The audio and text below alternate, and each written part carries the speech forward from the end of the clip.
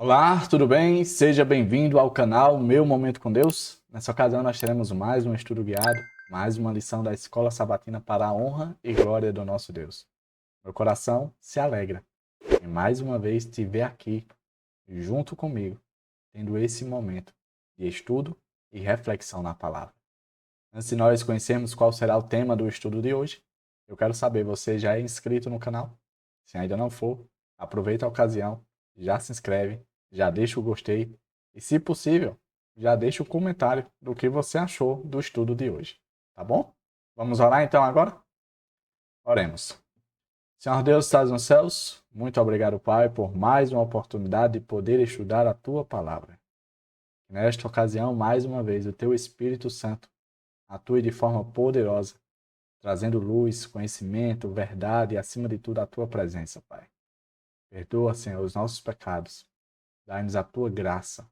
É isso que nós pedimos em nome de Jesus Cristo. Amém.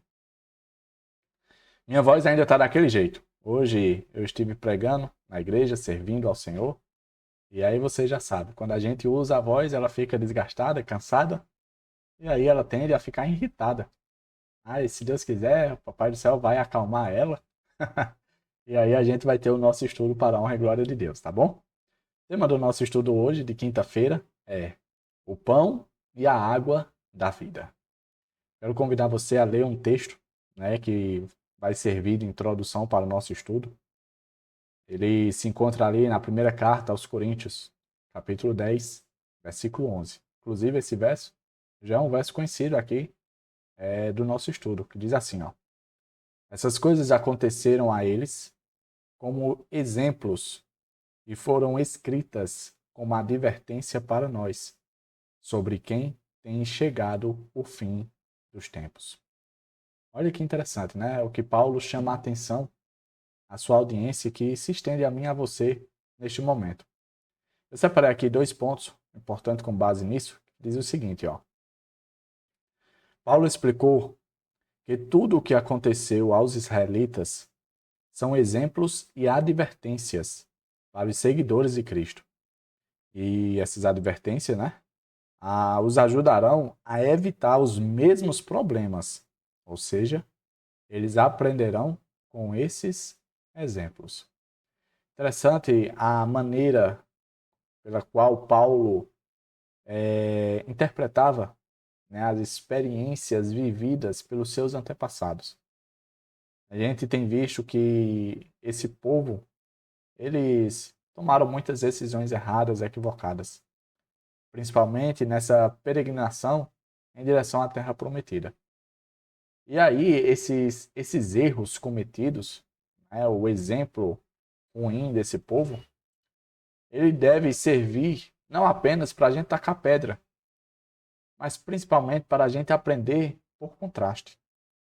Ou seja, nós estamos em uma peregrinação também, como eu tinha comentado no estudo de ontem. Nós estamos marchando, andando em direção à nossa também terra prometida, a Canaã celestial, a Nova Jerusalém. E semelhante a essa jornada do deserto do povo hebreu, a nossa jornada também não tem sido nada fácil. A questão é, para a gente refletir nesse primeiro ponto, será que eu e você temos agido de maneira diferente ao que o povo viveu no passado? Ou será que nós estamos repetindo o mesmo exemplo deles? Esse é o ponto. Paulo entendia muito bem essa situação. Ele viu, olha, esse povo viveu, nós conhecemos a história dele, e o que nós podemos aproveitar com essa história é exatamente fazer diferente. Né? E aí ele chama a atenção da razão pela qual a gente deve viver de forma diferente, aprendendo com o exemplo deles. Porque Paulo cria, pela fé, que ele já estava vivendo no tempo do fim. Se Paulo, na época dele, ele já acreditava, estava vivendo no tempo do fim, quanto mais os nossos dias. Com certeza, eu e você estamos no tempo do fim. E é em momentos como esse, que pelo poder do Espírito Santo, eu e você devemos ter escolhas acertadas. Escolhas que, de fato, não apenas irão glorificar ao nome de Deus, mas que de fato vão resultar em passos constantes e firmes em direção ao destino tão, vamos dizer assim, almejado por cada um de nós, que é exatamente o céu e a presença de Deus. O outro ponto que eu destaquei diz o seguinte: depois, em seu ministério, Jesus extraiu lições desses relatos do Antigo Testamento, especialmente sobre o maná e a água. Nós vimos no estudo dessa semana o contexto em que Deus fez com que a água saísse da rocha e o contexto em que fala ali sobre a descida do pão do céu, que foi identificado pelos próprios israelitas como maná, né? Os próprios hebreus batizaram esse pão que caía do céu como maná. E aí Cristo, em seu momento evangelístico, ele se utiliza desses contextos, né, dessas experiências do povo de Deus, para trazer à tona as verdades importantíssimas, principalmente dentro do contexto do Evangelho. E vai ser exatamente os contextos que nós vamos ler agora, em que ele trabalha exatamente as experiências do passado do Antigo Testamento, ali no Novo Testamento, na sua vida. Vamos tomar conhecimento? Vamos abrir a nossa Bíblia no Evangelho de João. O primeiro contexto está no capítulo 4, versículos 7 a 15. Olha só a aplicação de Cristo. Nisto, veio uma mulher samaritana tirar água. Disse-lhe Jesus: Dê-me um pouco de água. Os seus discípulos tinham ido à cidade comprar comida. A mulher samaritana lhe perguntou: Como o Senhor, sendo judeu, pede a mim, uma samaritana, água para beber? Pois os judeus não se dão bem com os samaritanos. Jesus lhe respondeu: Se você conhecesse o dom de Deus e quem lhe está pedindo água, você lhe teria pedido e ele lhe teria dado água viva. Disse a mulher: O senhor não tem com que tirar água e o poço é fundo. Onde pode conseguir essa água viva? Acaso o Senhor é maior do que o nosso pai Jacó, que nos deu o poço, do qual ele mesmo bebeu, bem como seus filhos e seu gado? Jesus respondeu: Quem beber desta água terá sede outra vez. Mas quem beber da água que eu lhe der, nunca mais terá sede. Ao contrário, a água que eu lhe der se tornará nele uma fonte de água a jorrar para a vida eterna. A mulher lhe disse: Senhor, dê-me dessa água, para que eu não tenha mais sede, nem precise voltar aqui para tirar água. A gente vê aqui nesse contexto da mulher samaritana a utilização, né, do exemplo ali vivido pelo povo no deserto, né, quando o próprio Cristo fez jorrar água da rocha, que era exatamente a demonstração do poder de Deus em manifestar que o próprio Cristo no futuro seria a água da vida, aquele que traria vida e vida em abundância para os seus filhos. O próximo contexto, que vai tratar sobre o maná, se encontra no Evangelho de João, capítulo 6, desculpa, tá, gente? Tá tossindo. Capítulo 6, versículo 31 a 51, que diz assim, ó: Os nossos antepassados comeram o maná no deserto, como está escrito: Ele lhes deu a comer pão dos céus. Declarou-lhe Jesus: Digo-lhes a verdade. Não foi Moisés quem lhe deu o pão do céu, mas o meu Pai, quem lhes dá o verdadeiro pão do céu. Pois o pão de Deus é aquele que desceu do céu e dá vida ao mundo. Disseram eles: Senhor, dai-nos sempre desse pão.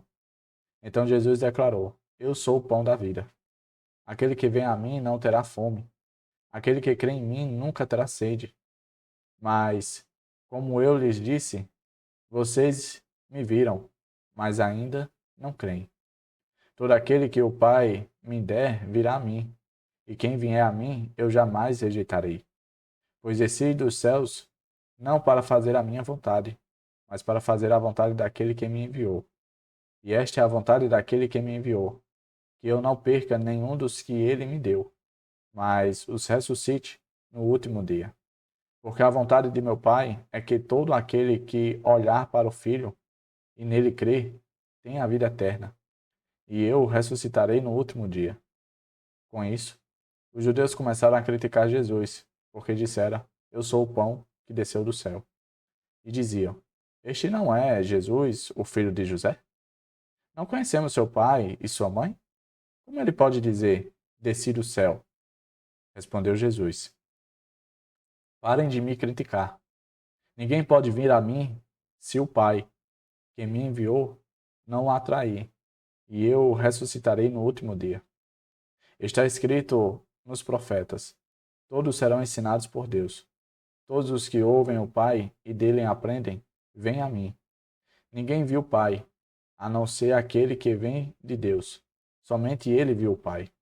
Asseguro-lhes que aquele que crê tem a vida eterna. Eu sou o pão da vida. Os seus antepassados comeram o maná no deserto, mas morreram. Todavia, aqui está o pão que desceu do céu, para que não morra quem dele comer. Eu sou o pão vivo que desceu do céu. Se alguém comer deste pão, viverá para sempre. Este pão é a minha carne, que eu darei pela vida do mundo. Esse texto, Jesus fala com muita contundência, né, afirmando em primeiro grau que ele era a representação exata e perfeita do maná que caiu no deserto. É interessante que logo no início ele chama a atenção, né? E quem deu o maná não foi Deus, ou não foi Moisés, mas sim o próprio Deus. E agora, no presente, ali no Novo Testamento, mais uma vez Deus estava concedendo um maná especial, porque era um maná que de fato daria vida e vida eterna. É tanto que a gente vê aqui ele repetindo várias vezes que vai ressuscitar todo aquele que dele se alimentar. Com base nesses dois contextos, eu separei aqui alguns pontos do nosso estudo para a nossa reflexão. E o primeiro ponto diz assim, ó: a mulher samaritana descobriu que Cristo oferece algo que ela não poderia obter em nenhum outro lugar. Perceba que o diálogo entre Jesus e a mulher começa no sentido literal da coisa. Quando Jesus fala sobre a água que ele poderia providenciar, a mulher fica meio que incrédula, porque não encontra nele nenhuma, vamos dizer assim, razão pela qual ele pudesse oferecer água. Ele não tinha um balde e o poço era fundo.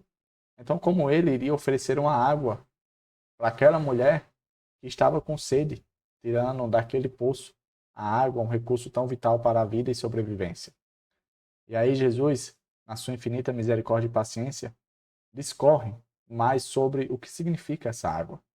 E aí a mulher depois cai em si, a ponto de ela dizer: Senhor, dai-me desta água, para que nunca mais eu tenha sede, para que nunca mais eu precise vir até esse poço buscar água. Nós vivemos uma realidade que, de fato, estamos sedentos. Estamos sedentos por justiça, estamos sedentos por paz, estamos sedentos por vida, estamos sedentos pela presença de Deus.